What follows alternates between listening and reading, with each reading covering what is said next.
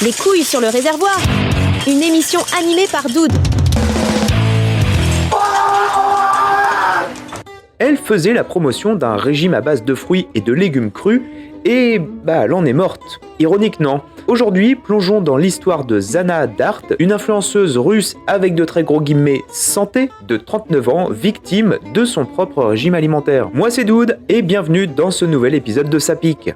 Zana Samsonova, de son vrai nom, était une star des réseaux sociaux. Elle était très suivie pour son activité autour du végétalisme et du crudivorisme. En clair, son quotidien se résumait à mâcher des courgettes crues et à mixer des smoothies.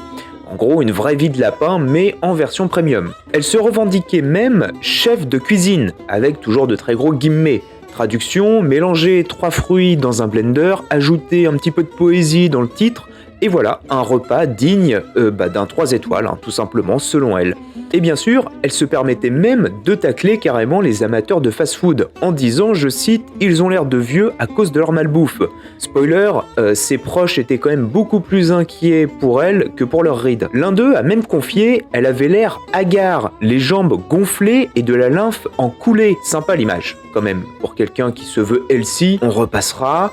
Un autre, plus direct, a carrément avoué « J'habitais à l'étage au-dessus et à chaque jour qui passait, je redoutais tout simplement de retrouver son cadavre. Elle fondait sous nos yeux, mais elle pensait que tout allait bien. Ambiance vraiment tropicale au royaume de l'ananas cru, quoi. » Alors, malgré des alertes répétées, la santé de Zana se dégradait quand même à vue d'œil, à tel point qu'elle refusait carrément obstinément de se faire hospitaliser. Convaincue tout simplement que son régime était la clé d'une santé ultime. Ce n'est qu'à la dernière minute qu'elle a changé d'avis, sauf que, trop tard.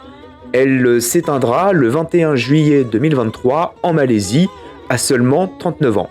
Terrassée par la malnutrition qui était vraiment sévère, ainsi que des carences importantes, ainsi qu'une prolifération importante de bactéries opportunistes qui auront eu raison tout simplement de son organisme affaibli. Malheureusement, le cas de Zana n'est pas isolé, et avec les réseaux sociaux, on en voit même de plus en plus.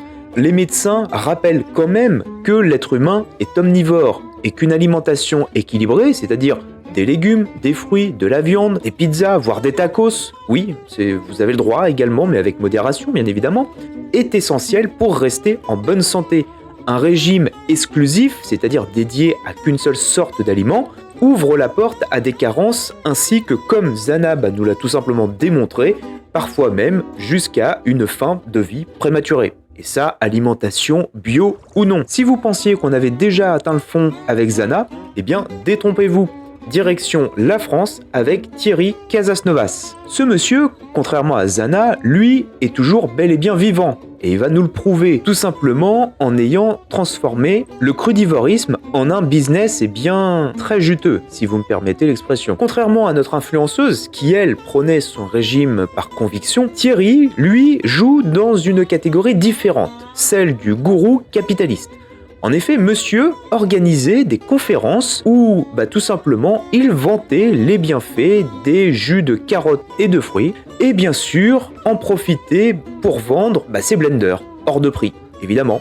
Oui, crudivore, mais pas non plus philanthrope. Mais voilà, en mars 2023, Thierry Casasnovas a été mis en examen pour abus de faiblesse et exercice illégal de la médecine, ainsi que tout un tas d'autres de chefs d'inculpation, qui eux sont quand même moins rigolos. La justice lui a également interdit de participer ou organiser des stages liés à la santé, la naturopathie ou le bien-être. Mais bon, ça visiblement, il en a strictement rien à foutre, puisque quelques mois plus tard, on a pu le retrouver participant à une conférence sur un de ces sujets, bien sûr en toute illégalité, violant ainsi complètement son contrôle judiciaire. Donc la justice a renforcé son contrôle judiciaire, mais ça, visiblement, ça n'a pas plu à notre capitaine Carotte, qui, restant fidèle à lui-même, a juste continué de clamer que 5 fruits et légumes mixés NDLR dans son blender, bien sûr, suffisent tout simplement à détruire n'importe quelle sorte de maladie. Alors, bientôt présidentielle, Thierry ? Votez Thierry pour pas de maladie, voilà. Mais pas non plus de preuves scientifiques non plus. Et oui, malheureusement, la science a ses limites, et surtout, la science, vous comprenez, on ne peut pas non plus lui faire confiance. Moralité, restez loin de ces régimes extrêmes, ainsi que de leurs gourous, bien évidemment, sinon la seule chose qui finira dans un frigo, c'est vous. Et ça, avant même d'avoir pu profiter de votre retraite, ça pique. Et en parlant de bouffe, savais-tu que Mars avait supprimé les vagues sur les barres chocolatées? Mais ça, j'en parle dans l'épisode précédent. N'oublie pas de t'abonner, les 5 étoiles, et des bisous!